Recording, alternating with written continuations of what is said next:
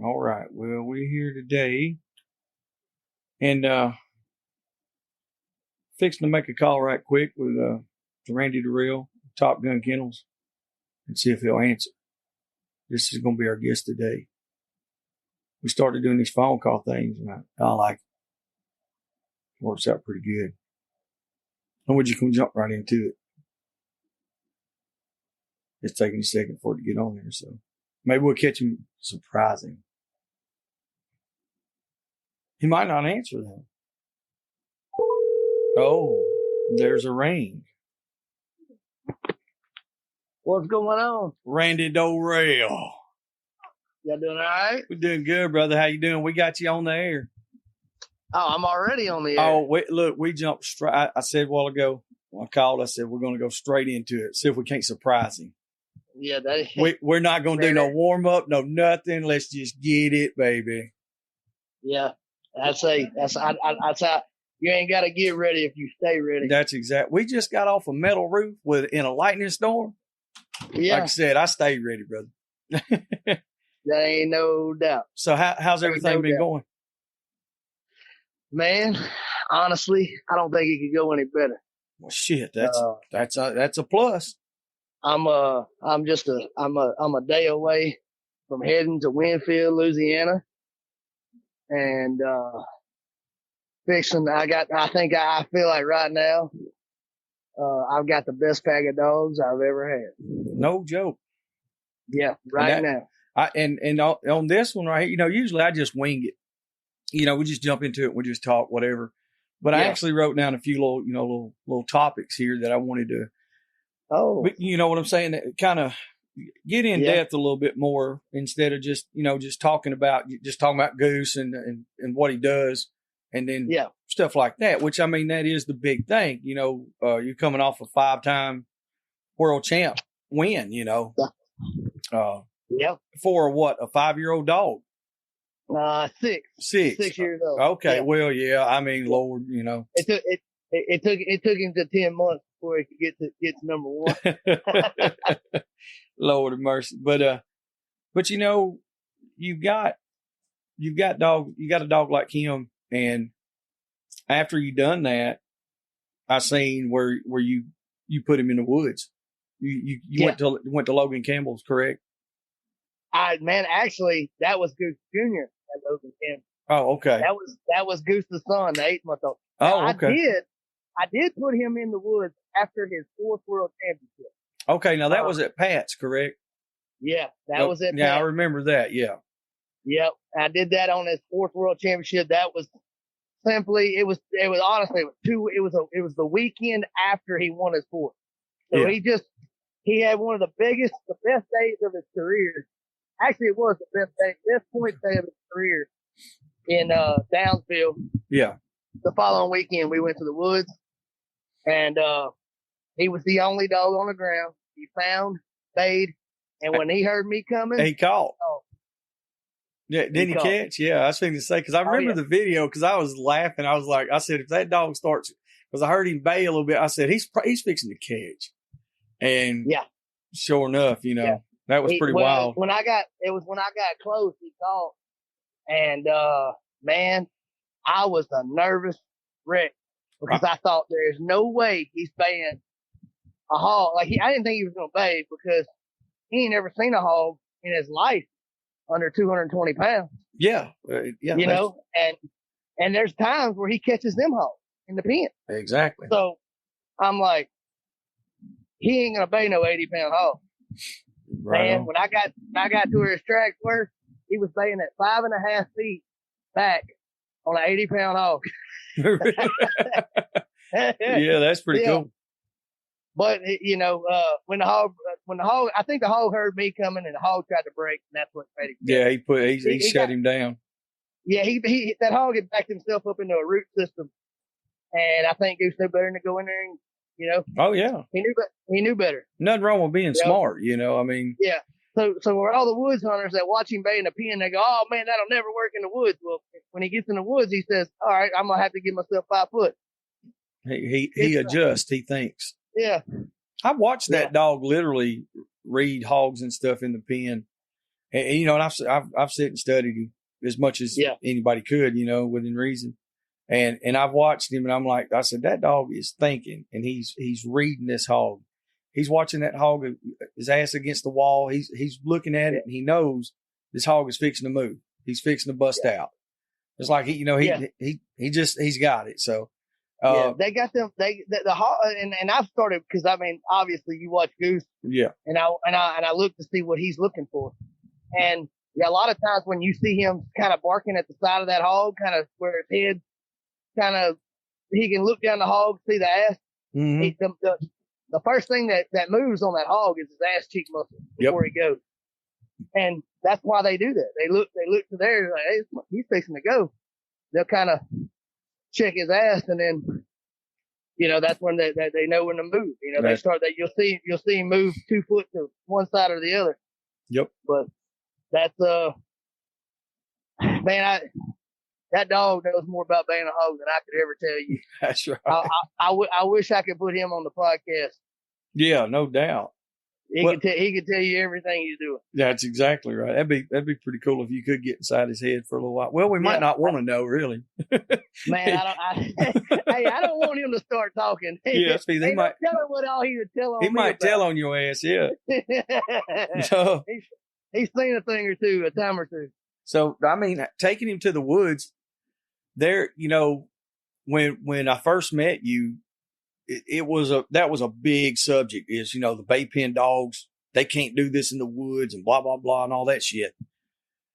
Mm-hmm. Well, I mean, and I know a lot of guys, they can take it however they want to or whatever, but don't knock it till you try it. Cause like, I've got one that I got from you.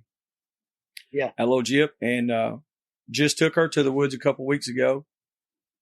And honestly, no mock hunts, nothing at all. All we've done is bait her in the pen. Yeah. And carried her to the woods, let her out. I was like, well, let her run around, do her business, stretch her legs. Well, she did. All the lead dogs were headed over one way. She goes with them for a minute. Next thing you know, she hits a track. She's strolling out the other way by herself. Well, then the other dogs pick the track up, and they're running, following her. And old Rodney Bell, he was just smiling. He said, yep. He said, this is fixing to get good. And which, I mean, we didn't find a hog. We hunted that whole property. Yeah. I mean, it was one of those where it should have been some hogs, but I think we wound up we did catch one, but it wasn't like it should have been. But anyway, like, I ain't worried about catching the pig.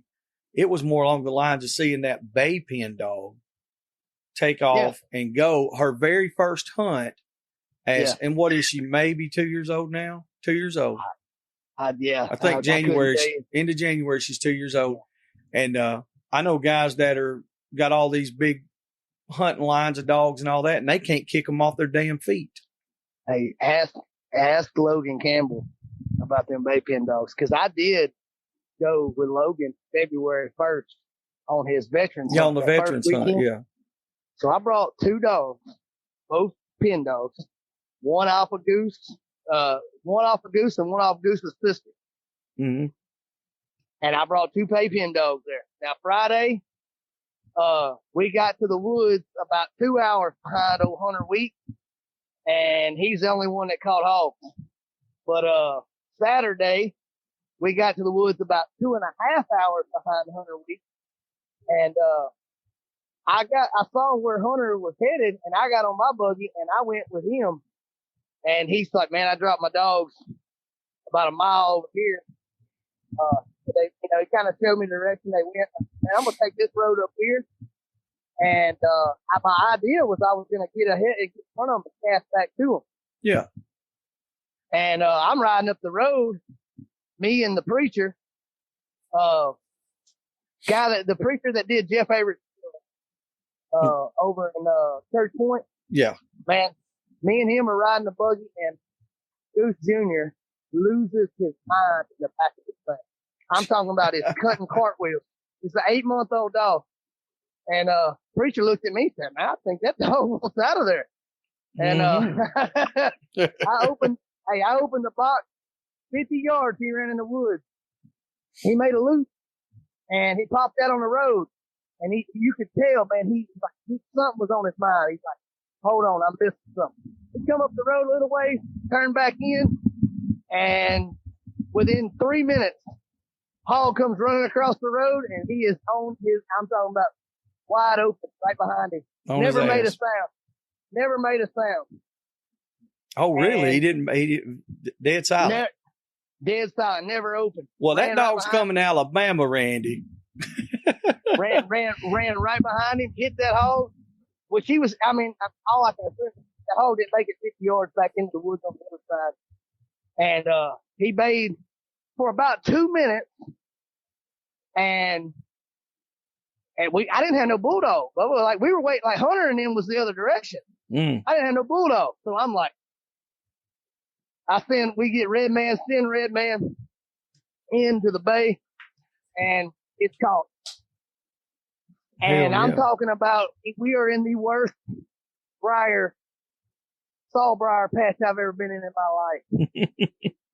And I'm doing everything I can to get in there. I mean, Goose Jr.'s an 8-month-old dog. I mean, this is his first trip to the woods. He wins the hog, bays the hog, catches the hog, and they're caught now. And about time, the preacher called Hunter, and Hunter came, I'm talking about I think that boy can drive that Ranger 60 miles an hour down them roads. Because he was a long way in the other direction. And by the time I made it close, because I was fixing to leg the hog, and I saw Hunter's bulldog coming through the woods. I was like, hold on, I'm going to let him get a hold before I put my hands in his briar. Hey, I had to reach my hand through the briars and pull to get them legs. And, really? We legged that hog, and that was the only hog we caught that day. That's even better. Oh, yeah. That's even better. Logan and them Logan had his dogs there. Jake had his dogs there. And these are the best of the best freaking hunting dogs. Yeah, without a doubt. I mean, without a doubt. Look, Logan Campbell knows what a hog dog is. And he's got. Oh, yeah. If anybody knows what one is, I guarantee you Mr. Logan does. Yeah, he's got some. And Logan's just like, he had that look like, fucking pin dogs, man. Yeah. Like, how did I let this happen? Yeah. And, but man, I mean, it was just a circumstantial thing. The dog, man, these dogs though, they can do the job. Dude, hogs stink. Oh yeah. It's not like it takes, everybody I know has a damn good woods dog. Mm-hmm. How many people got a dog to make up $500,000? And that's exactly what I was just fixing to throw out there. Having a good woods dog. I've got, and I am not bragging, but please don't ever think I'm bragging on any of my shit eaters. But they'll find a hog. You know what I'm saying? Anywhere we go, and me and Nate and Rodney Bell, and Joe Deal, and a few other guys. We all got dogs like that. And like you said, I've carried all of them to the bays and stuff years ago. And it's not the same. And then actually getting into the bay pen stuff, I hit it pretty hard for a year or two, and, which I've still got my dogs and stuff. I just hadn't went to the past couple. We've been really busy, but what you said is 100% true. To me, it's a lot harder to find a damn good, and I don't mean just a bay pen dog, but a damn good bay pen dog. Yeah. One that you can go in there and compete at a high level. Yeah. And do it all the time. Yeah. It's way harder to have that than it is for a woods dog. And I thought I wouldn't, I almost threw up saying that. I ain't gonna lie. The reality is, it's the reality of it. The reality is in that competition, we're splitting hairs. Yeah. When we go to the woods, I'm not going to compete against your dogs, my dogs against your dogs. That's right. I want to just catch a hog. Yep. I don't care. I'm there to have a good time, catch a hog. And I don't care. And I'm not by any means. Listen, Logan Campbell's got better hunting dogs than I do. I mean, his dogs have been down that road many and many a times. But I tell you what, this year, since January 21st, I have been hog hunting every single weekend. Hell yeah. And I've gone, this is the most I've gotten to hunt. And I have put that little Goose Jr. to the test. and he's found me 2 hogs. With the following weekend, I went and hunted a tournament with TJ, and so when I went with Logan, and let me track back to that. So they hunt so much different than I've ever hunted. They run hounds and these open mouth dogs, and Logan, they pull up somewhere and they're like, well, the hogs might have been here yesterday or the day before, but let's kick them out and see what they can turn up. And they kick the dogs out. Logan goes and collects up some firewood, builds a fire, and is drinking whiskey right there. And he goes every 30 minutes and checks the storm. And they're 2 miles. They're still running. And then he'll go back. Oh, hey, man, look, they're bathed. Yeah, that's a little different what I do too. Yeah, we're there for 3 hours, sitting in one spot. And I'm like, this ain't the way. I hunt cur dogs. Yeah, I done covered 2,000 acres by that time myself. Yeah, I'm driving around I'm going to them and cutting them off. Yeah, we got to find the pig for our damn dogs. Yeah, I'm like, man, I've never done this, but that's the kind of dog. I mean, like they got real dogs. Yeah, I mean, I'm sure that's every man's dream is to have a dog that he can just kick out and wait. They're gonna go bait one somewhere. Well, so when they do it, like, man, I kind of like, man, I'm gonna get me one of these kind of dogs so I can do this thing. I want to be able to hunt like that. I want to try that out. So I found me a damn Walker hound, and I got one. Hey, a sure enough Walker hound. He's just like that. You drop him, and you can sit there and wait.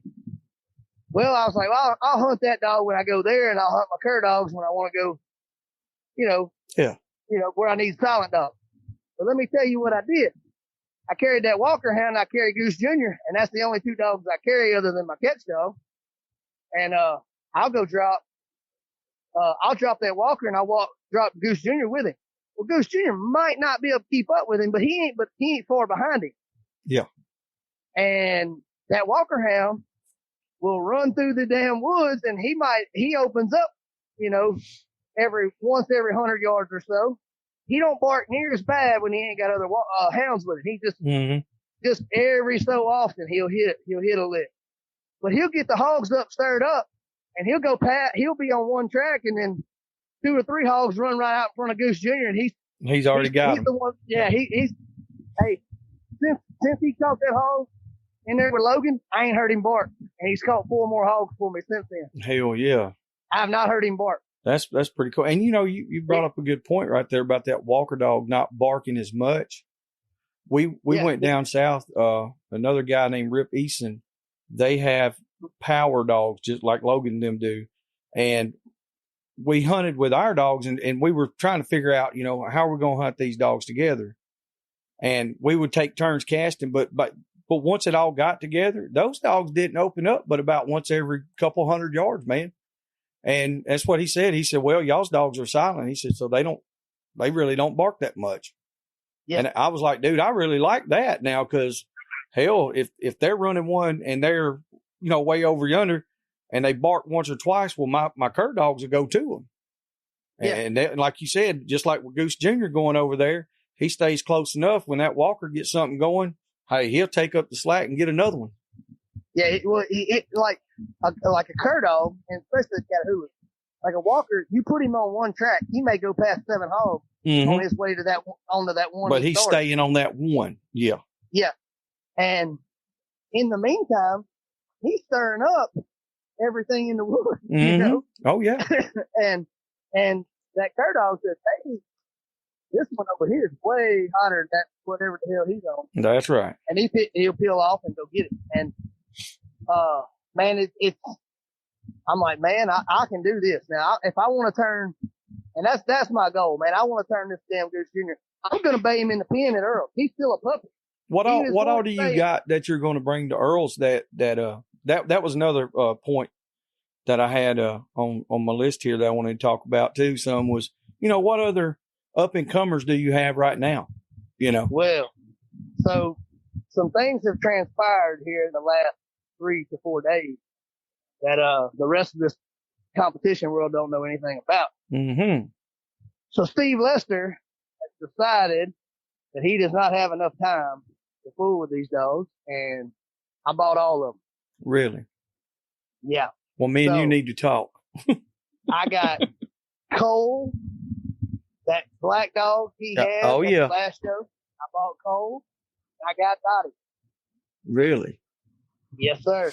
I bought two puppies. Now, it looks like Tyler Grisham may end up getting the puppies from me.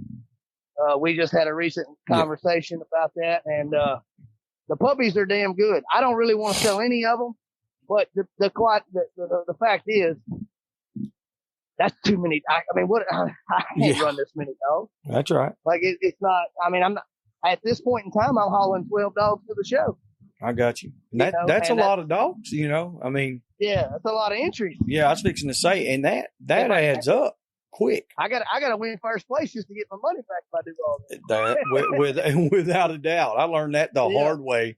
I showed up with 10 dogs that wasn't worth the shit, and I knew right then. I was like, "Boy, Mama's not gonna be happy when I go home." yeah, you gotta. So, I think Cole is going right into the rotation. Mm-hmm. And Dottie, man, I think she will eventually be in the rotation, but she's just had a litter of puppies. Yeah. They're only allowed about 3 to 4 weeks weaned off of them. Oh, okay. So I don't know that she's going to be in pristine shape for this event. Yeah. Yeah, for this event, but man, Dottie is maybe Downsville or something like that though. She'll be. Dottie was top 5 dog at Earl's last year. What do you prefer on like your pen dogs, male or female? We'll be back after a quick break. We would like to interrupt this episode to take a moment to thank our sponsors and friends of Dixie Doggers Podcast. Southern Cross Cut Gear, Boars N Broads, Hardcore Hog Dogs and Cut Gear, Showtime Premium Pet Food, Animal Housing Solutions, Tuskers Magazine, American Doghorn Association, 4L Kennels, Hogbang.com, The Boar's Nest, Crockett Taxidermy, Mud Creek Hogbang.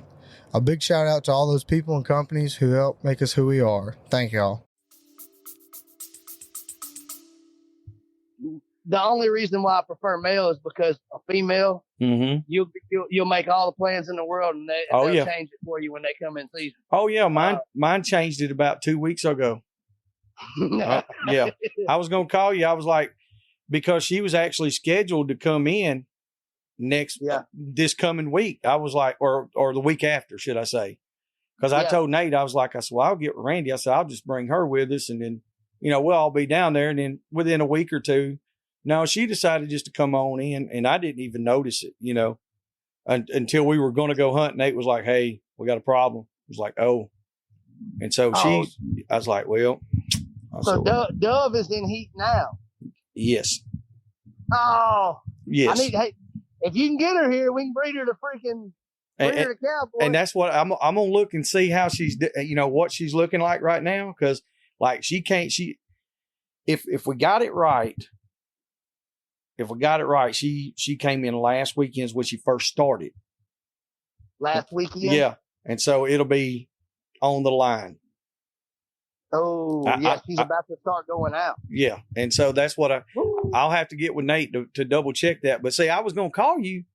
He told me we were going to do this, but I had planned on calling and talking and shooting shit and all that. I didn't plan on being on a roof till, 8 o'clock at night with a lightning storm going on, but I was like, that's why when I called a while ago, I was like, hey, we're just going to jump right into this, no problem. We had already held you up long enough. But anyway, we're going to look at that. And if I can, then I've got a place that we stay that's, I don't know, probably 15, maybe 20 minutes away from the pen.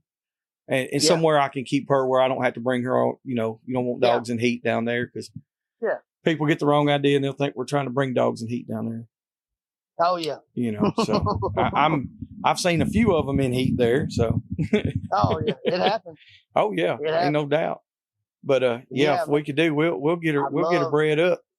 I'd love to get her bred. I got As a matter of fact, now I got a whole load of options here. Yeah. I got Mac. I got Cowboy. I like Goose. old Max now, dude. I love Max. Hey, they say this cold dog is Max but black. Really? They say I've only watched him once, and I tell you there wasn't nothing I didn't like about it. Hell But yeah. if he's as good as Max, oh yeah, it's hard enough to beat Goose and Max. Now you got to beat them twice. Yeah, I shouldn't say it's gonna be real hard. Now you're gonna have to beat them twice. You know, so that was my line of thinking when I put this together. Yeah, I don't think you can go wrong on that, especially looking from the Bay Pen point of view on that, and just the business point of view. I mean, it's good business. It makes sense. Yeah, Steve Lester turns out great dogs. And the thing about Steve is there's not a whole lot of people I trust their opinion. His opinion is one I trust. Yeah. His opinion, when he says it, I know he thinks so. I hear his line of thinking and my line of thinking, they go hand in hand. So there you go. When it comes to dogs, I know Steve knows what a dog is. That's right. And man, there's people that's been doing this for 30 years. And I promise you, their opinion of a dog and my opinion of a dog vary significantly. Yes, sir. You are correct. But that's where we're at. I got cool. I'm excited. I tell you what, if I could add old Crow back to this freaking rotation. Oh shit. Oh man. It'd be something, wouldn't it? Yeah. Oh, it would be. I wish I could get him back. I wish I could dig him up. Having a lineup of dogs like that, and I know you get a lot of hate. I mean, there's jealous ass people all over the place, and I mean, I've seen it firsthand at some of the shows. And usually you just take it on a stride. You laugh. I get tickled because I'm like, dang, ain't nobody making you mad. It's like he's just laughing at him.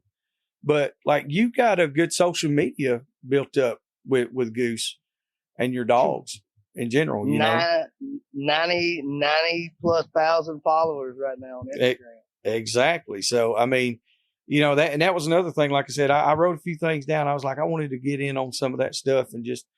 There's not a lot of people that know that. There's some that do. And like I said, there's 90,000 followers. So, I mean, somebody's looking at him.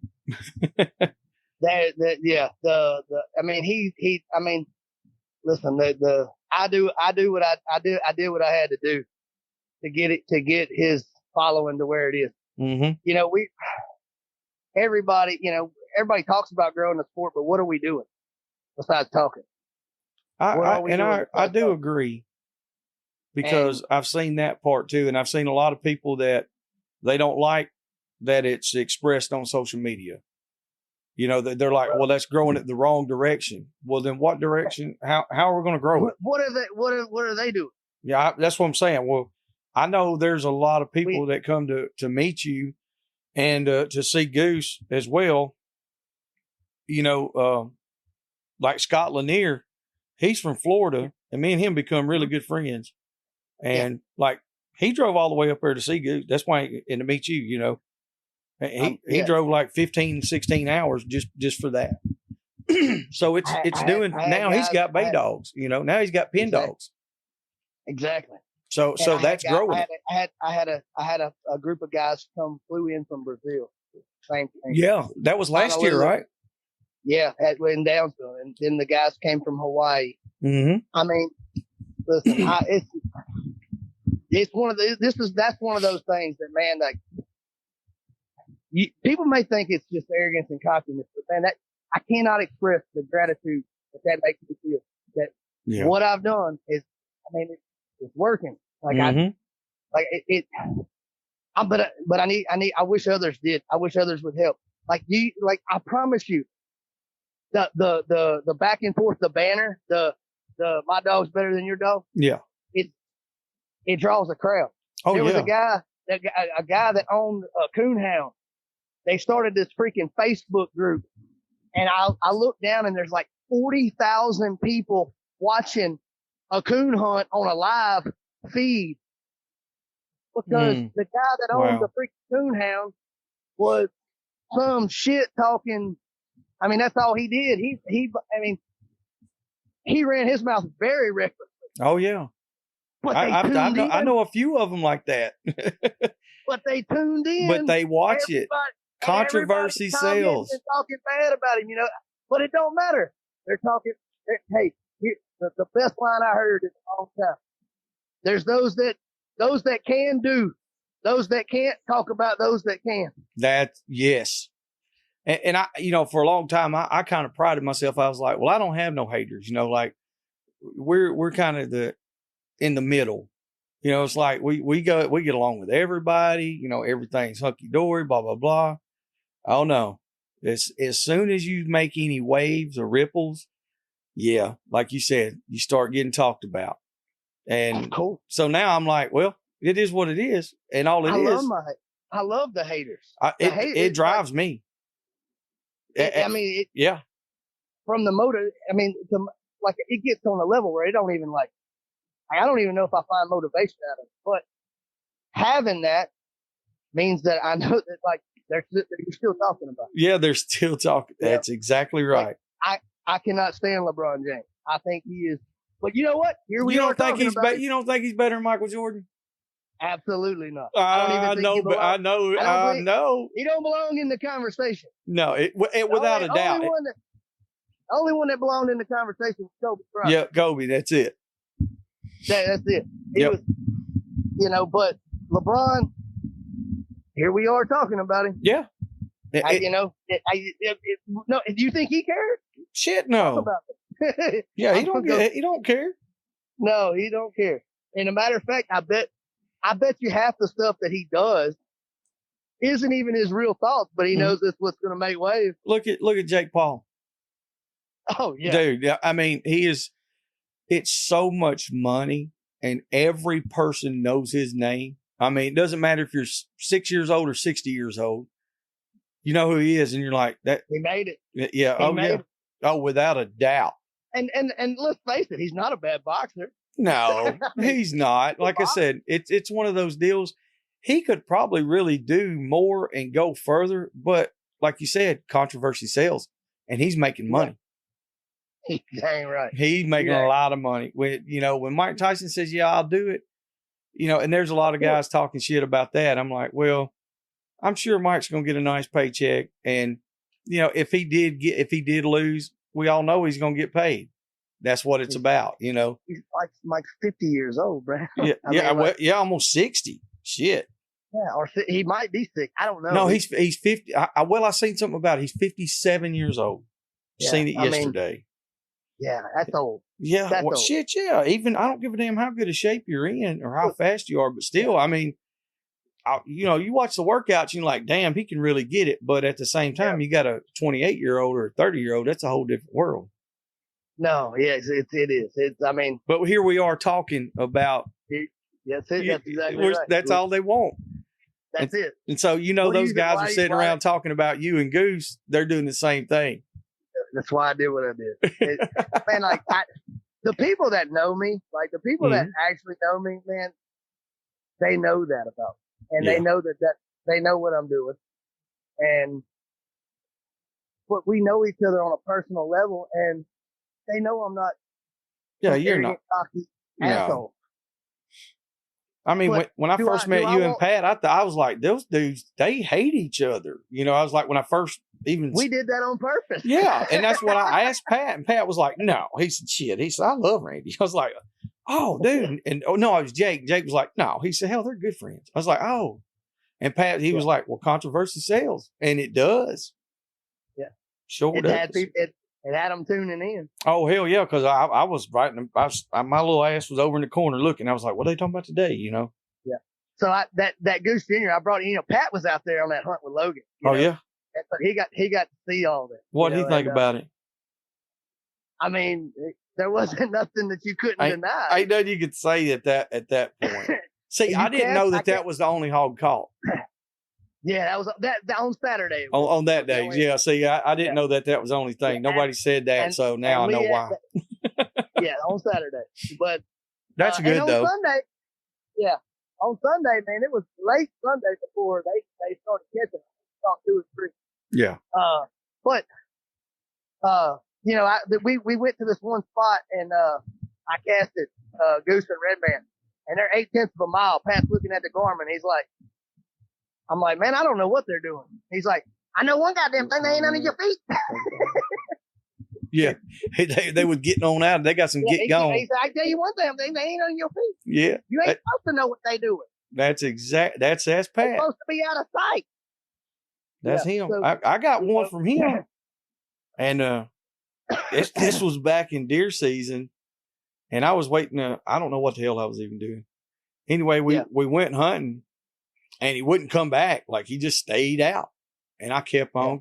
Like we tried to call him in. And then we get a little closer and he'd go further, get closer. And finally we got real close to, I think like 60 or 80 yards. He wouldn't come in. I was like, well, you're going to spend the night, brother. And, so the next day I watched him. He came by the game camera and I was like, he's running deer. Yeah. And this is no joke. So I waited till that afternoon. I get there and I hear something. I said, what the hell's that noise? And I look up. And no sooner than that, I just had to pick up and bust one right quick, right out in front of the old dog. He goes and gets in the shooting house. I'm dead ass serious now. I looked at it. I said, if this ain't some Pat Lewin shit right here, I don't know what is. Yeah. Old dog sitting in the shooting house with me. I was waiting on Waylon, on my little nephew, and then was hunting down at the other end. I thought it was the funniest thing ever. I was like, well, that's, you know. So if Pat knows what he's talking about, they ain't supposed to stay under your damn feet. No, we went shortly, not long ago. I went on a hunt with Pat, and man, dogs did great. We caught, I couldn't tell you. I mean, we caught 7, 8, 9 hogs. Yeah, that day, and man, like Pat's little dogs, he had one that he didn't think much of, and that sucker, I mean, it turned it on. That he had some fluffy looking. Dude, I'm telling you, typical scatterbred Pat Lewin style dog. But I think that dog was on just about every damn bay there was. I mean, every one he was. That's there. What I like, yeah. And I'm pretty certain he's the one that found the first 1 or 2 hogs that we got on. But and then me and Pat we were at a bay. I don't know. We were watching about 5 minutes, and my 2, Pat said he could hear them. They were baying something about 60 yards from us. Like we were on split bays. They weren't far apart, but the briars were so big up thick, and the barking was so loud. Honestly, I couldn't tell you. I had to look at my Garmin. It tells me my bark indicators on. That's the only way I knew they were baying, because they was baying there. And I went to where I thought they were, and clearly my dogs weren't at that one. They were like, I was looking at my Garmin. They were baying 10 yards in front of me, and I'm telling you, I couldn't see them. We were that. It was that big, and I'm like, shit, it's showing my dogs are freaking yards over there. Pat goes, they're baying over there too. I'm like, Pat done figured out his way through the woods a little bit. He got ahead of me. No, they're baying over there too. I'm like, well, yeah. We had a dang good time. We caught the hogs, and when I'm hunting, that's all I care about. That's it. Having a good time. Yeah, I'm not. It's not a competition for my dogs to be better. I don't care. That's why I hunt with who I hunt with. Just what you just said. It's not a competition. We have a good time. Yeah. And when we first met, that's how we hit it off. I said, your old dog got down there and got that and stirred up. He said, no, yours did. I said, well, hell, I didn't think she was even over. He said, no, man, your dog started it. And the other 2 guys that was hunting with us all weekend long, all we heard was my dog this, my dog that. And, I was like, whatever. And, and Rodney, he was like, no, he said, your old female, it's that old female that right there, that leopard dog is really putting it on him. And that meant a lot to me. I was like, well, me and this guy get along. And now, of course, y'all know, you've met Rodney before. That's my mascot. That's my partner. And man, Rodney's my mascot. I like that. That dude is, everybody loves Rodney. He hunted that tournament, Boars N Broads, and with the Tulsa Standard Hunt this past weekend. And it's one of the first times in years that Rodney went hunted without us because we were co-hosting it, you know, and he was so nervous. And man, they caught like 25, 30 hogs. They had a good time. They caught some studs, and they caught one big old sow, like 250. She's pregnant. I mean, and the other guys, Connor Anderson and Cody Godwin, both of them, they were like, oh my God, I've never had so much fun as hunting with Rodney. Oh, dude. Kevin Brooks, all of them love him, man. Yeah. Everybody loves Rodney. I'm getting ready after Earl's. I'm gonna make a trip. I'm gonna go down to Booth, and I'm gonna do a little hunting with Will Booth, and then I'm gonna bounce over there with Carter and Boars N Broads. There you go. Yeah, I want to go catch some hogs with them. But listen, I love to hunt. People think that because all my Goose page is it's all been. I just now started posting hunting videos on it. Yeah. It's only because it's Goose's son in the video. Well, you swing your ass through Alabama, you're gonna be going right through there, and we'll stop down there in the swamps, or we can hunt the mountains, either one, and we'll make a cast or two.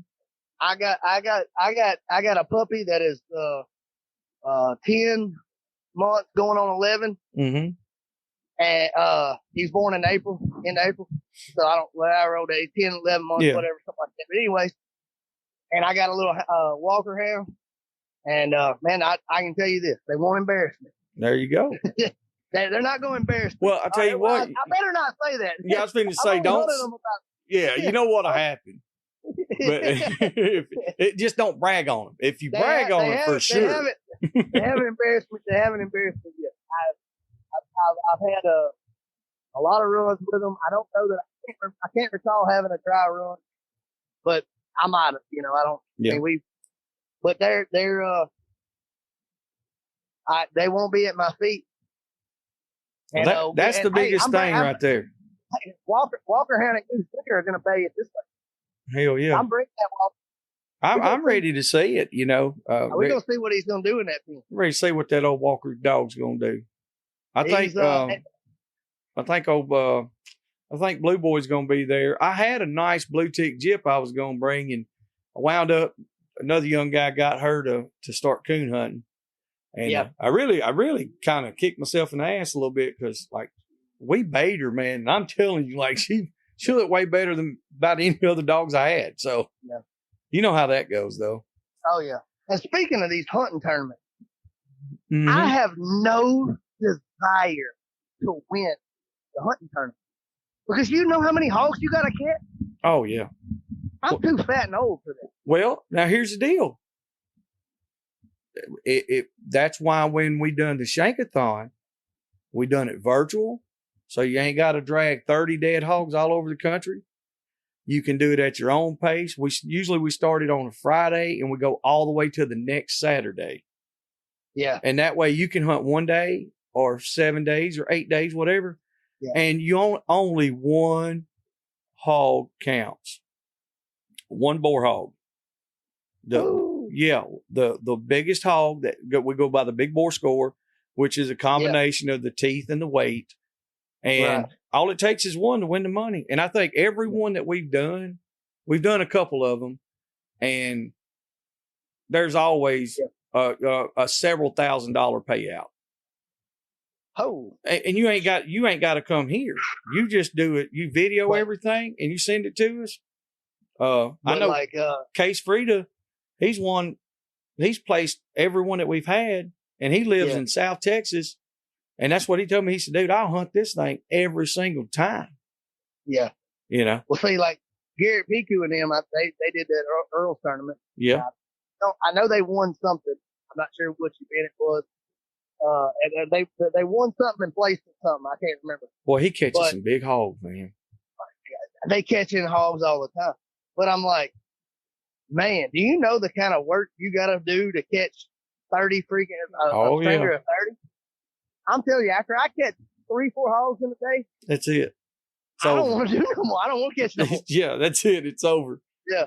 Did you see the video of Goose Jr. catching that 260-pound hog on Instagram? You seen that one yet? No, I haven't.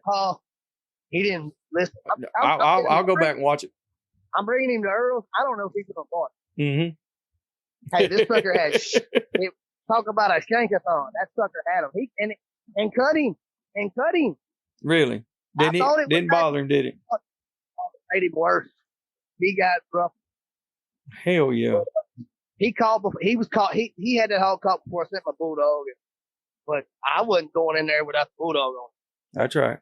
I'm telling you, that hog was nasty. I was hunting with Artie Guillory. He's a local guy around here. He hunts with Garrett him every now and then. And anyways, I casted my dogs at my feeder, and we ran one. My hound ran one, but we didn't turn up with him. And we're kind of hunting a smaller lease. He's close to the highway. And I was kind of worried about him on the ground. Mm-hmm. And anyways, well, we rode over to the other side of the club, and we casted. And Artie casted his dogs with another guy, Lance Schroeder, his son. Lance wasn't with us, but his son, I'm losing his name, Chase, I believe. Yeah. But there's a lot of.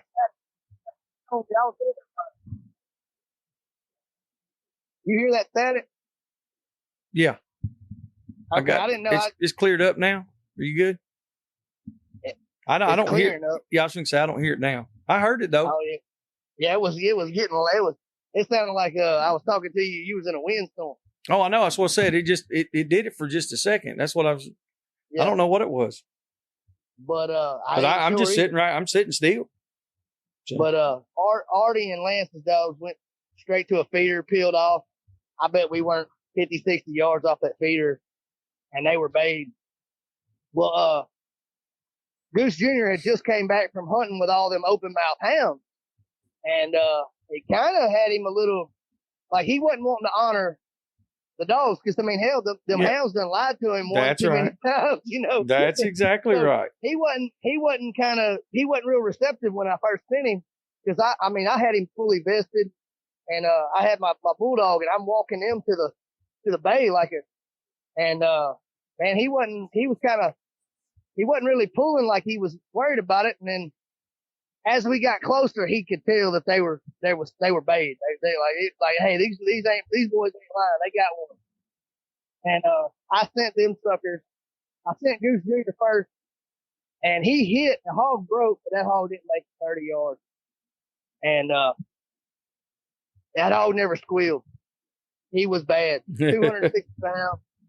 And I'm talking about, when I got to Goose Jr., he was bloodied up pretty good. He got cut. So he has some good teeth on him. He has some shanks. So I mean, see that right there. That's what I was talking about. Like in our tournament, that's the hogs that'll win. A 260 pound hog with good 3.5 inch teeth on both sides. They'll beat a 350 pound hog with no teeth. So see, we level the playing field like that. We do the best overall trophy. When you look at it, you can see them teeth pretty good. Hell yeah. I mean, he had some dog killers, and but my bulldog did real good, and Junior didn't bark. He went in there and hit that thing. That's why I said, man, I don't know what he's going to do in this bay pen now.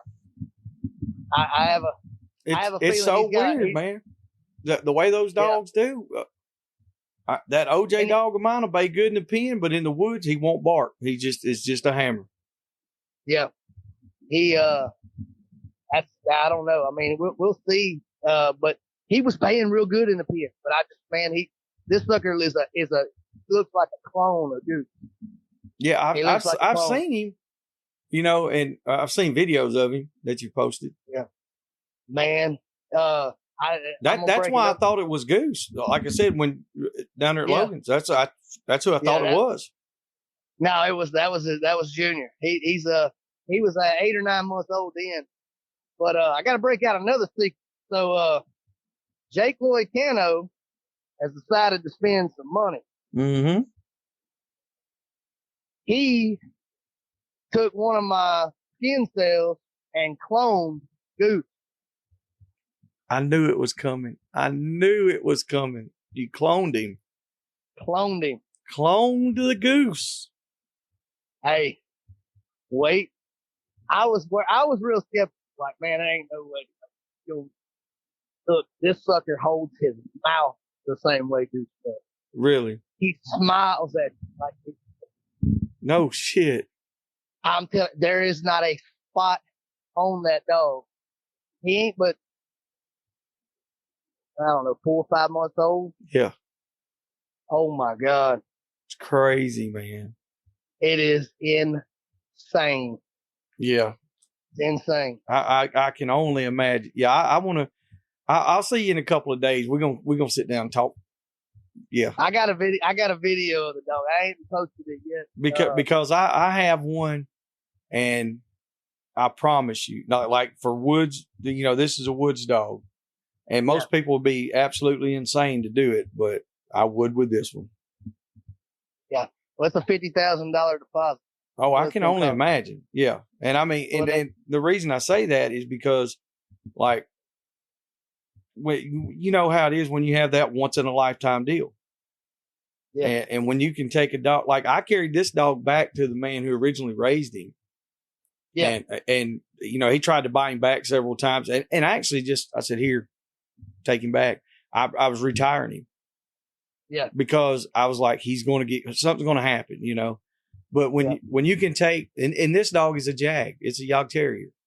And there's been hundreds of bears shot out to him, hogs. It doesn't matter. He is a one dog show. He can do it all. It don't make a shit. Yeah. And when I say get some yonder, like he's one of those you can put on a track from 2 days ago and just sit back and go build you a campfire. Yeah. But like I said, it's a one-time deal. I got a bunch of the other ones, and they are not. They are not even close. I know it. Did you get a chance to see the videos of Fanboy at the last show? Yeah. Yeah, that's what I was going to ask you too. On the, when I was talking about a while ago, what other up and comers did you have? Like your younger, like how old's Fanboy now? 2. He's. I was thinking say he. I didn't think he hit. Yeah, I was thinking say I knew he was really young. And, but now he's been swinging good for a while. Man, he's been good, but as far as finishing the job, we haven't been able to do that. But it's not even been his fault. I run him with Goose, and Goose catches. Yep. I ran him with Capone, and Capone was catching. Now him and Capone won the 2 dog back in October last year. Not this past October, the one before that. Yeah. They won. I don't remember. They placed in the top 5. I don't remember. We didn't win, but we placed. Well, I got Max, and I paired him with Max, and Max he's not a catchy dog, and we get down to the final round. We're down to 4 teams, and we have a perfect run, and 20 seconds left on the clock. That hog hit Fanboy one too many times. And when he hit him that last time, Fanboy hung that ear, and I'm talking, he was just not letting go. Yeah. And then I went back and when I started watching the videos of it, I realized that was the hog he bathed the round before, and that hog whooped on him pretty bad. And at the end of the run, Fanboy caught him. And so he already knew he could catch that hog. Yep. And then he had that confidence hog, up, and he wasn't taking no whooping. No, that hog after about I don't know, he was whooping on him pretty good. And Fanboy was put that little Goose sidestep move on him about 3 or 4 times in that run. And there a while back, there was this guy that he was trying to buy good dogs. He was offering obscene amounts of money for dogs. He was real high on Fanboy. Well, Jake was so worried that this guy was going to offer me enough money to buy Fanboy, and he didn't want him to buy him. So Jake started a group text and named it Fanboy Sucks. And he went on Jake went on a tangent about how awful this dog was. Oh, so every run since then, when he's in the pen, I do nothing but talk shit to Jake again up. Hell yeah. I'm like, look at that dog. I thought he wasn't no good. I thought he could win. He'll get Jake tonight. Mark my word. In text, he said, mark my word, that dog will never win another dollar. Well, he was only fourth place because his hog couldn't handle him. Yeah. That's the only reason. It's the only reason. Perfect. He was perfect for 20 seconds left on the clock and hung him. Hey, the third place team, I think, made like an 8-5. And then, second place team got a respectable 9-9, and Goose and Max ended up winning it with a 10. Yeah. But Goose and Max was first, and Max and Fanboy was fourth. You talk about dogs like that, say a dog like Fanboy, and you talking about people offering crazy money and all that stuff. What's crazy money? Because I believe it or not, this is how wild this is, Randy. Right here, I've got this right here, like monetary value of dogs. I even had that shit wrote down. So what kind of money would it take to even just pique your interest? I'm not going to say to buy, but to even be like, I don't know. I mean, you're going to have to be up in the 40s, 50,000s before I'm even gonna. I got you. Before it even makes me question whether. Oh yeah. And I get it, no doubt, because that dog can make you money. I was offered $160,000 for Goose, and it was never even a question. Like it didn't even make me think. I'm like, no, I mean, like that's $160,000. Like, it'll pay off some bills. Yeah, but I can't retire. But Goose will make you $160,000. He's making that. Yeah. He's made way more than that. Oh, I know. That's what I'm saying. He'll make that for you. So it's like, why would you? From his skin cells to his semen that I have stored, that's my retirement. Yeah. I mean, that is my retirement. That's the reality. Yeah. And so I mean, I mean, could I justify spending $160,000 on a dog? No. But could I justify selling him for $100,000? Absolutely not. No, I mean, I can't. I mean, so. And you look at how much he's won, no matter, just, and like I said, I'm one of those, I'm a realist, but I've seen coon dogs go six figures very, very often. And they haven't won near as. Do what? That's 100,000, six figures. Yeah. Yeah, that's yeah. Oh, yeah, I've seen several coon dogs bust $100,000. No doubt. And I mean, like, I know guys that are around here that are this is coon hunting country where we live at, and $8,000 and $10,000. That's every day. That's all the time. And I'm like, to me, it's like, I don't see it. But when you take a dog out and you go win a brand new truck and four-wheelers and all this shit, and then you win $100,000 with the dog. So, are them coon dogs winning $100,000 at a show? Yes. A competition? Yes. Okay. Like you take one competition, or is that no one competition? That's one. There's $100,000 hunts, and then you got Pro Sport. They have a truck hunt all the time, and the trucks are $80,000 and $90,000. But they don't do that. They don't do that, but like what, once a year? No, no. This is all the time. Really? Yeah, dude. I'm telling. I've looked for those, and I've never. I can hook you up. It was like there was one hunt, and I think they called it $1 million hunt. Well, see, the thing about that one, it was like a $10,000 entry. $10,000 entry, and I told one of the guys around here, he had a dog. He's got a dog named. The dog's name is Six, and he went. What was it? 17 or 18 cash straight. Yeah, and won. I'm every one of them. Like, I mean, like this dog ain't no joke. And he was like, he said, man, I just don't have the money. I was like, look, if you want to hunt it, we'll hunt it. Yeah. That, because I believe in the dog. But there was a few things that happened. and they didn't get to have it quite to the $1 million mark. But like I said, the 100,000, it never got there. Yeah, it never got there. Like the Wipeout Echo, I think. Now, don't hold me to this. I know it was over 100,000. I think it was 120 or 125,000 is what he was sold for. He won 2 of the $100,000 hunts and a truck hunt the first year.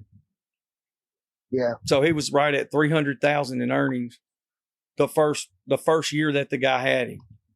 So, he spent 125,000 and he's tripled that. Yeah. And like you say, you hear people bitch and complain about what we do, and we're having to spend $150 on an entry fee. $200. Yeah. Or a couple $100. Like these cats are spending thousands. I mean, thousands. I wish to God Jake would up the entries to like $500 a $2 thing. Well, and the thing about it is, yes, it does cost a lot more to play, but that's the pro level. That's the pro level.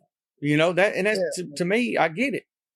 I don't have the dogs that can compete in the big levels, but you also have a level below that, and you could have the entry fees accordingly. You could set it up like that. Yeah. And have it to where, basically you have best of the best all the damn time. Yeah. And dude, we run like some of those nights we're baying, hours. Yes. Earth mornings. I'm not cut out for that. I'm telling you, I've never been to an event and I'm like, man, I wish my dogs would just mess up so I can go to sleep. Yeah. And, but, here we are, that's what I'm saying. I just wish we could. And look, I get it. There's some people that love the sport, and I don't know that they simply can't swing that type of money. But I get that. Like, I like everybody. I don't care if you got $1 or you got $1 million. I treat you no different. It does not matter to me. But at the same time, how are we going to pique interest in the sport if we do not start doing those big level stuff? I mean, that's exactly. Coon hunting's obviously, clearly they made it there.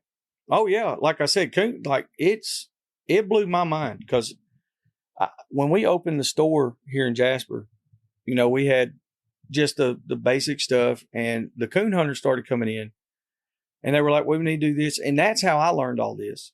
Like we might have one hog hunter for every 100 coon hunters.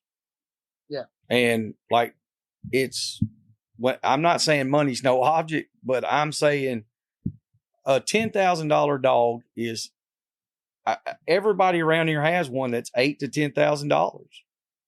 Yeah. And we see them sold all the time. Like, you take a dog that's not even started or going, it's $1,000 regardless. You know what I'm saying? And then if it starts winning, if it wins a little cast, like they have these little hunts all during the week, UKC and PKC.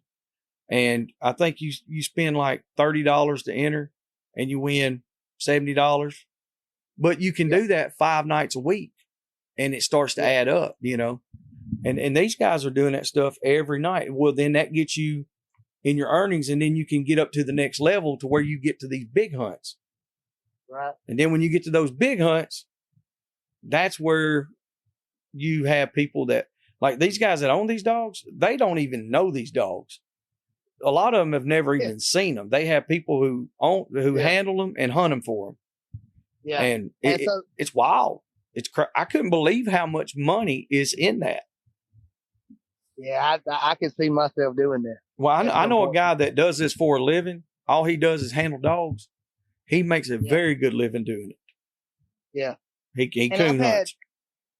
I've had some people that have reached out to me wanting me to do those type of things for their hog dogs in the pen.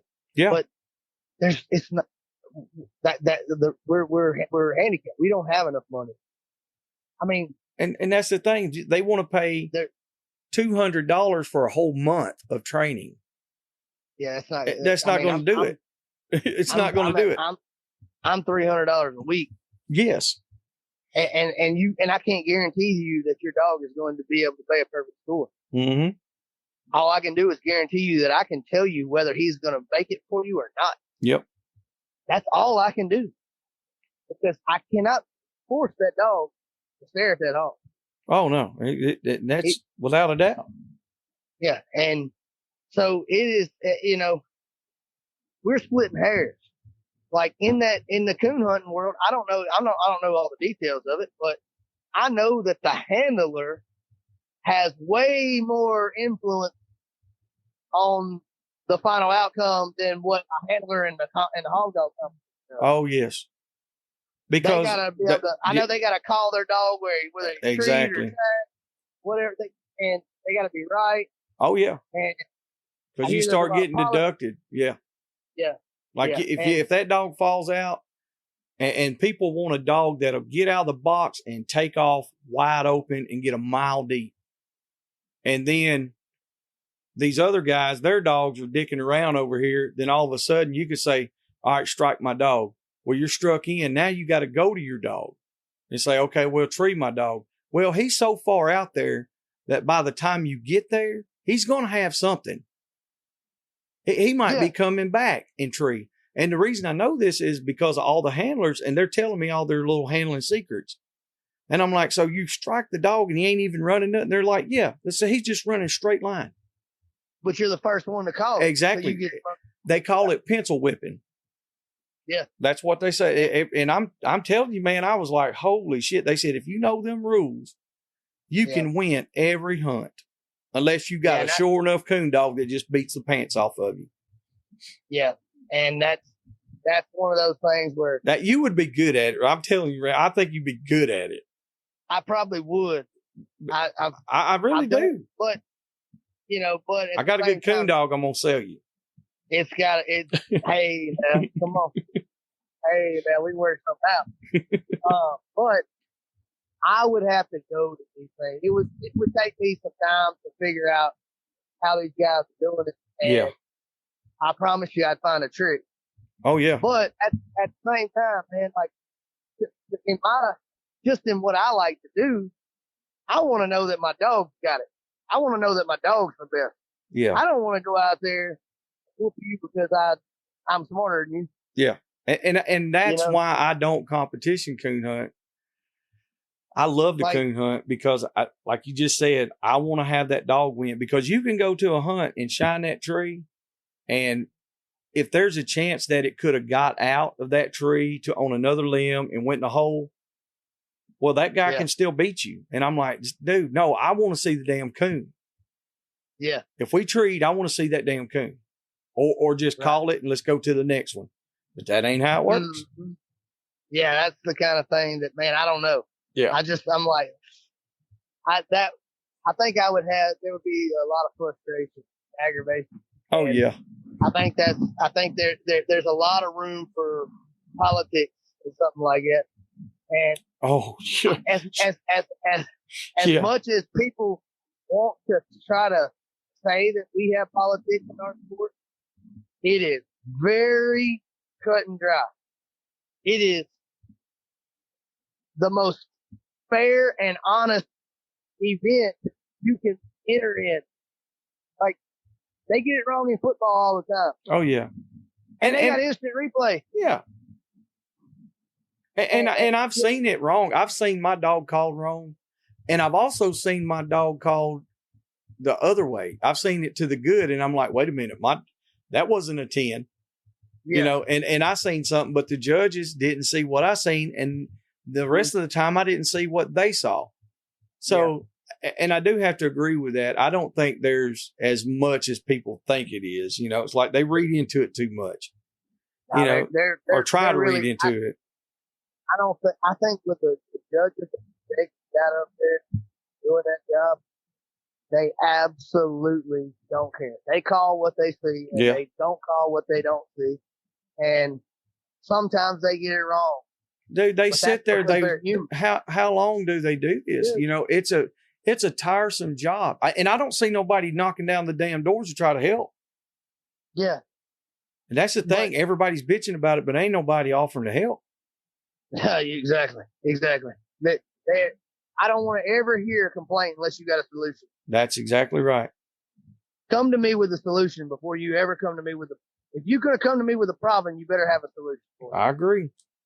And it happens every bait. You hear somebody just going on and on. And we were in Downsville, and I actually told somebody, I was like, well, go up there and tell them you want to judge. It was like, well, I'm not doing that. And I said, well, then shut up.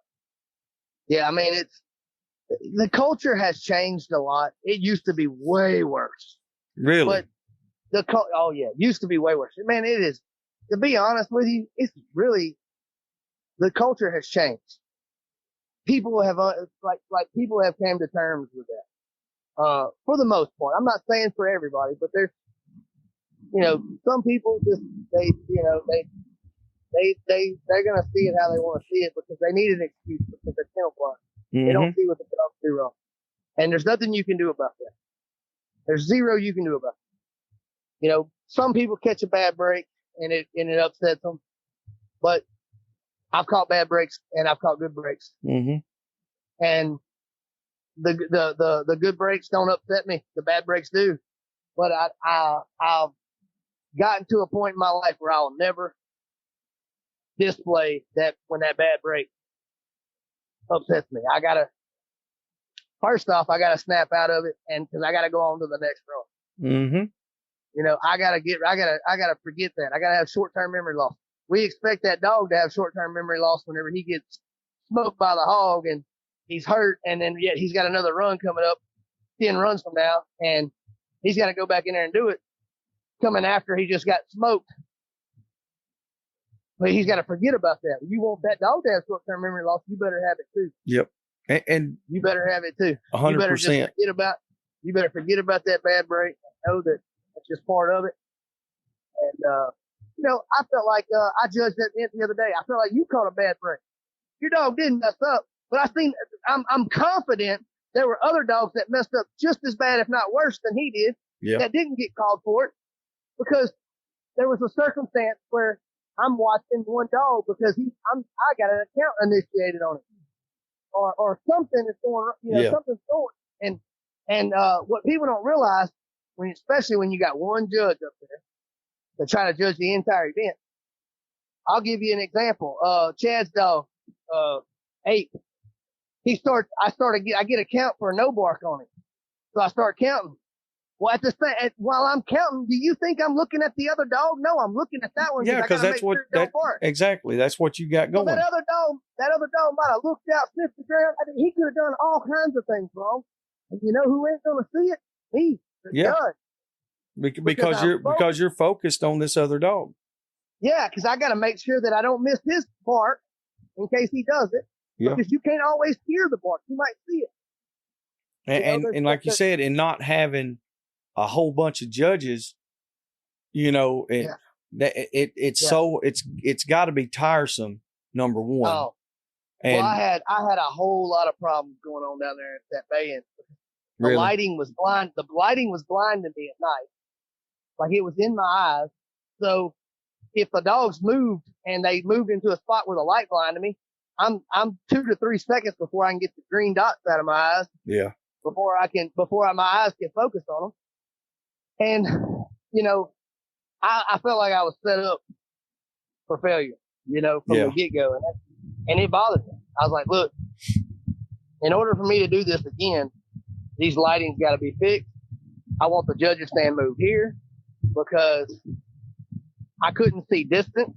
I couldn't, it was kind of uphill. And so I couldn't tell if the dog was too far back or if he was close enough. I mean, I thought he might have been too far back, but I only thought it. I didn't know he was, so there were things like that bothered me because I pride myself on being able to do the best job.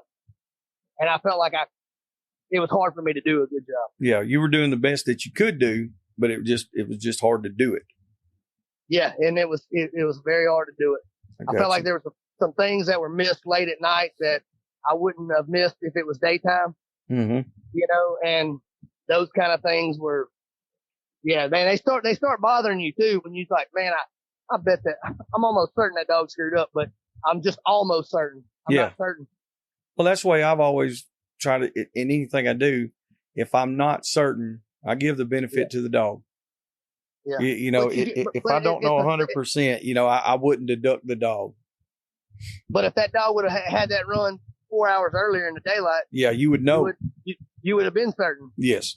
And for the people that's sitting up in the crowd that's going, my dog did the same thing. He got a 10 and that one didn't. Yeah. Yep. There was 4 hours. There was 4 hours difference, sweetheart, and I couldn't see it. Yeah, that's what I said, man. My hat's off to the judges. It's, it'd be great if we had, enough to where you could have judges that could judge each event. The puppy class, then the old and young, and blah blah blah, all the way through it. That way, everybody could get a break and all that, and that would be in a perfect world, but it's not. And so you got these guys and gals that's out there for 30, 40 hours. They put in a full week just that weekend or more, Dude,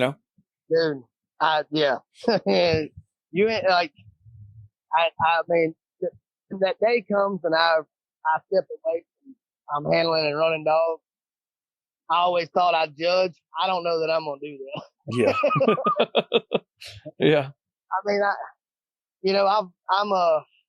I love the sport, and I love what the effort, like the effort that Jake has put in to growing it is, man, I wish people understood what he did. I don't think anybody ever, like, man, like I don't ever sit around and wonder, like, man, I wonder what Joey has to do. I wonder what all entails what he does when he's running his, like, I could not wrap my head around exactly what it is you do for your business. I don't know how, I wouldn't even know where to start. But for hog band, I've seen it. Oh yeah. And I know what all is having to go on. I know all the politicking he's having to do for getting sponsorship. Oh man, without a doubt. And keeping sponsorship. But that dude, I went ahead, I messaged him. I hadn't talked to him in a minute, like I said, we've been busy, and I just texted him. I was like, hey, just tell me what you need, and that, it's because we built that relationship. I didn't really know Jake before just a couple of years ago. Knew who he was, but didn't know him. Yeah. And since then, like you said, I've noticed that, like, he will take time and call everybody that sponsors. He builds a personal relationship with you, and it's a business relationship as well. It's all molded into one. It becomes, starts out maybe as business, then it becomes a friendship, and then it just goes from there. He puts a lot of time into that. Everything, and setting up the pen, to having to go to meetings with the people that's on the board of the fairgrounds in Winfield, to having to negotiate these deals that he had. Like, it's a lot more than what, like when everybody comes up here like, man, he charged $200 for the $2. Like, do you know what it costs to feed hogs? Yeah, do you know what, shit. Like, nobody can. People just don't wrap their head around. They think that he just throws a group of hogs together. Well, look at all the people that's working there. I mean, exactly. and all the hotel rooms that he has to buy in order to keep those people there for an entire week. Exactly. I mean, it's. So we look around and we see all these vendors and these sponsors and all these vendor booths, and knowing that they paid, $500 to $600 for their booth, whatever, and you're like, oh man, look at all the money he's making. I'm like, look at all the money he's spending. Yeah, I didn't understand the full scale of that until we started doing events, and they're way smaller than what he's doing, And I was like, dude, it costs thousands of dollars just to put on a little one-day show. Yeah, I mean, and all it takes is some bad weather on a Friday or a Saturday to ruin that. Just gate. Ruin the whole thing. Ruin that gate. And I said, I've been there, and I respect him a hell of a lot for, as much as I've seen it come around, that, seeing all the bays. Used to in Georgia, man, they had one almost every weekend, a couple times a month. There was a lot of bays going, but just about all of them shut down. And now there's one or two, but But Like you know what? You know Jake's why they kept shut his down? going nonstop, Do and you want growing. to know one of the biggest reasons they shut down is because they don't charge the entry fee money that it takes to feed 60 head of hogs. And I know they also have their problems with the ag and stuff. Yeah, but like you said, at the same time, that ain't the only problem. the entry fees They are don't follow the same format that Jake does. They don't charge the same for the entry fees, and it's because they don't think they're too scared they're going to run out a lot of their competitors. And yeah, I could see that. Like I said, yeah, I mean, I understand that too. I get it. You know, you're the economics. well, when you go out there and you win first place, and you won $1,000 or $2,000 or $3,000 if it's a real big show. Yeah. You go to Uncle Earl's and you win first place in one dog by yourself. Yeah, you're looking at $8,000. I was going to say you're looking, $7,000 to $10,000 probably somewhere in there if you hit a cow cutter or whatever, or if you hit it in the two dog. I mean, 19, 20. You're looking exactly. And then at the other ones, like I said, and I'm not knocking them at all. It's just that's the difference in that does draw people. A lot of folks they're like, man, if we charge this much, people aren't going to come. True enough, some people won't come. Then that can bring a whole nother class of people out and about. People that want to win the bigger money. I mean, if they had several $100 entry fees, it might entice me to load up. Yeah. Well, you can't win out there. You already know. Come on now. I don't think I could. Come on now. Don't you start that shit. That's how I got started in this stuff. I could. I might could with Max. Max and Cowboy could probably go out there, but I think Goose would struggle. You really think so? Man, I don't know. You think so? I heard the hogs at Staten Island were pretty tough. But I mean, imagine they could. I mean, at least some of them, most of them would hold him off, and he would probably bay. But I don't know, man. I really don't know. I got you. I don't know, but it's it's something that I before Goose was retirement age, it's something I want to do. Yeah. I want to get. I really want to get out to Hickory Crossing. I've been to Broughton Island before. I used to go there all the time. But I got you. It's they only have a one dog out there, so they don't have a two dog. Yeah, I mean, I wish they could get the two dog going again. And I mean, Marc's building up a good set of hogs. He doing these tournaments and stuff. Carter and Ryan's been putting on, and like I said, we go out there and help them, and it's amazing that how many people show up with. They'll have a trailer full of hogs that's dispatched, and then they'll bring one or two good hogs in alive, so that way they could see if they'll work in the pen. So got a lot of support with that. So maybe we'll get it. Maybe it'll get built up enough to where he can have enough hogs to run the two dog again. Speaking of Carter and Ryan, man, you gotta love with them boys, dude. Oh, dude, yeah, that's my buddies right there, man. And at first, man, I was like, I don't know, but they are real deal. They're legit. Like we have a ball, we hunt. It's fun.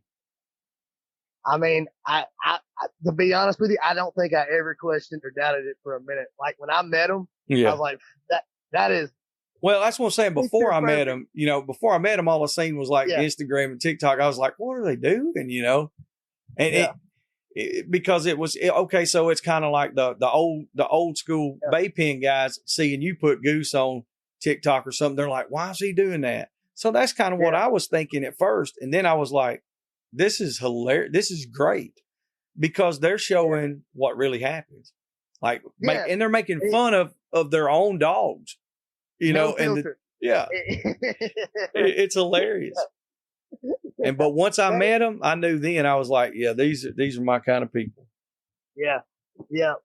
See, and for me, I can't even, I can't even begin with all the haters I got. I could not even begin to post the bad stuff that happens on Oh, the Lord. shit. You know what? That's a good idea. That's exactly what I need to do. Yeah. Well, people would look. They would. We would be talking about it, and everybody would be commenting. Yeah. The haters comment that, oh, you just proved us right. Blah, Yeah. blah, blah. I'd have there you go. Yeah. Hey, I don't know what. I was thinking, say you might that's another stream of revenue coming in right there, brother. That's it. That's it. You get a whole. Gotta get a whole. I'm gonna start posting the bloopers. Hey, I got a great blooper, dude. I mean, the best blooper. I posted it once, and I don't know that I don't know if I just didn't hashtag it good or whatever, but it didn't get the views. But you know the sidestep move he does. Yeah. So hog's coming at him. He's doing he's getting ready. He's setting the hog up for the move, and then right when the hog was fixing to go by him, he does the move. And the hog stops, and he doesn't come by him. And he's like, and he just sits there, and he's like, and then he turns all the way around, and you get, as a dog, See, he is a dog. He's a normal dog. He made a mistake. Yeah, he's not a robot. Yeah, that's pretty cool, though. But yeah, I got a good blooper of him doing that. Hell yeah. So what other question did you have? Because I know that wasn't it. Well, that's what I'm looking down through here, yeah, because we're going to have to wrap it up. Nate said he's down to like 5% on his thing. I know what I wanted. Bloodlines. That was one of the things, was like bloodlines. I know you got Goose there, but like, is there the recipe that works better for you? Whether it's, just if you got Catahoulas, or blackmouth curs, or Walker dogs, whatever recipe it is that works for you, what kind of bloodlines make up some of the stuff that you have? You ain't got to tell us the whole deal, but Yeah. Well, there's a couple tricks of things. I wouldn't call it a tricks. I'm gonna call it patterns. There's a few patterns I've noticed in certain sides of the wings dogs. I'm not gonna go into the names of the dogs, but yeah, that's what I'm saying. Yeah. I noticed that when you see one more often, you see a different type of dog that plants its feet. Some of the wings dogs, some of those dogs that were on the other side, they tend to have a lot more movement in their back, like they're moving side to side. Well, there's one side. I mean, keep in mind, we're talking about the exact, like, litter mates to each other, but one throws movement, the other throws feet planted in the dirt, barking, no movement at all. Yeah. And I tend to lean towards the no movement. But as far as it concerns, like with what I'm breeding here, Cowboy is like a quarter blackmouth cur and 3/4 Catahoula. He looks like a blackmouth. Yeah, you would think he was a blackmouth cur. Yeah. And when you breed him to a Catahoula, most part, you don't get much. You get typically yellow dogs. Every now and then you get a black and tan, but you get mostly solid. I don't know, but I bred one of Cowboy's sons to Goose's sister, and I got some colored up freaking spotted dogs. I got a mix of everything, just a bunch of good looking dogs. But hell yeah. So I like breeding good dogs with good dogs. Okay. That's what I was getting at there, because there's a lot of people, they get tied up in the names on a paper. Yeah. And yes, it does. It works, but I also know, coming from the game dog world, what I was born and raised in, not all those names on them papers are what's really there. That's true. Nobody wants to give you the recipe. Why give you what I've been working and creating, so you can come back and beat me with my own shit. Yeah. And I looked into all them old school dogs too. Yeah. Keep in mind, when I bought the ABDR, I got a lot of video of all them dogs that everybody talks about and brags about how great they were. I'm going to tell you right now, And I know this is going to piss off a bunch of old timers, but the dogs we see today are 20 times what we used to see. Really? See, I never got to see none of the old dogs like that. And I'm not saying that all of them. I mean, there was a handful of dogs in there that were exceptional. That were exceptional dogs. But as a whole, I'm talking like 50 to 60% of the field walking off. I know from what I've just seen in the past couple of years, like the competition has really, really grown. Like those dogs that were winning, what were they beating? Yeah. Like, exactly. Yes.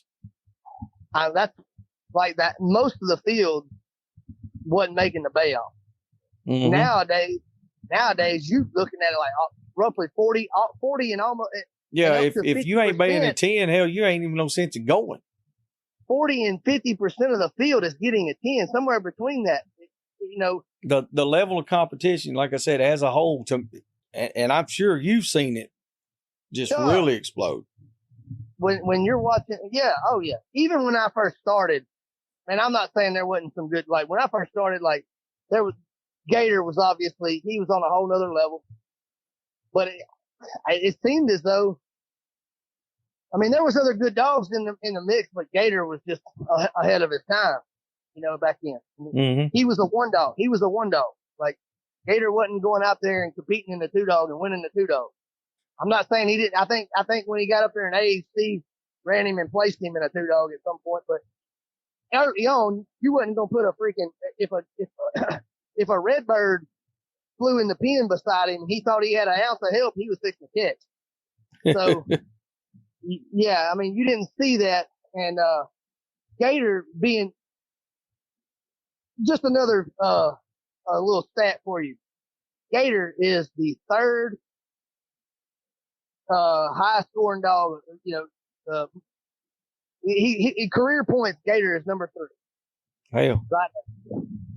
Gator, I don't remember how long ago he ran, but if you scored the points today, like back then, like you do today, Gator would have 108 points.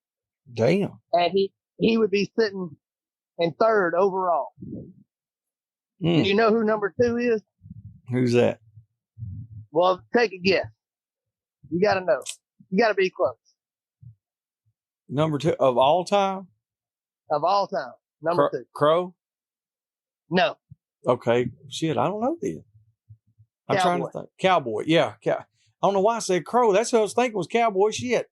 Yeah. Cowboy. That's what I was sitting there thinking. I was like, what? Shit, that's who I thought it would be. Yeah. Cowboy's won a lot of shit. Yeah. Cowboy is 11 years old. Mm-hmm. Why was I thinking? We was talking about Crow a while ago. I was sitting there thinking, why am I even thinking Crow?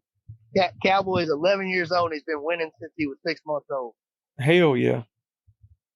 And he is 190 something points right now. Currently. All right. Well, who's number 1? Well, you know who number 1 is. Come on now. Come on. You're 5-time world champion. Oh my God. I had to do it. Shit. That's hilarious. 222 points. He's the only dog to break 200. Putting it on him, stacking them up. Only dog to break 200. And there's only 3 dogs that's broke 100. Damn. That's pretty wild. That's a big accomplishment. And a lot of people don't see it like that because they don't have dogs of that caliber and they don't understand it.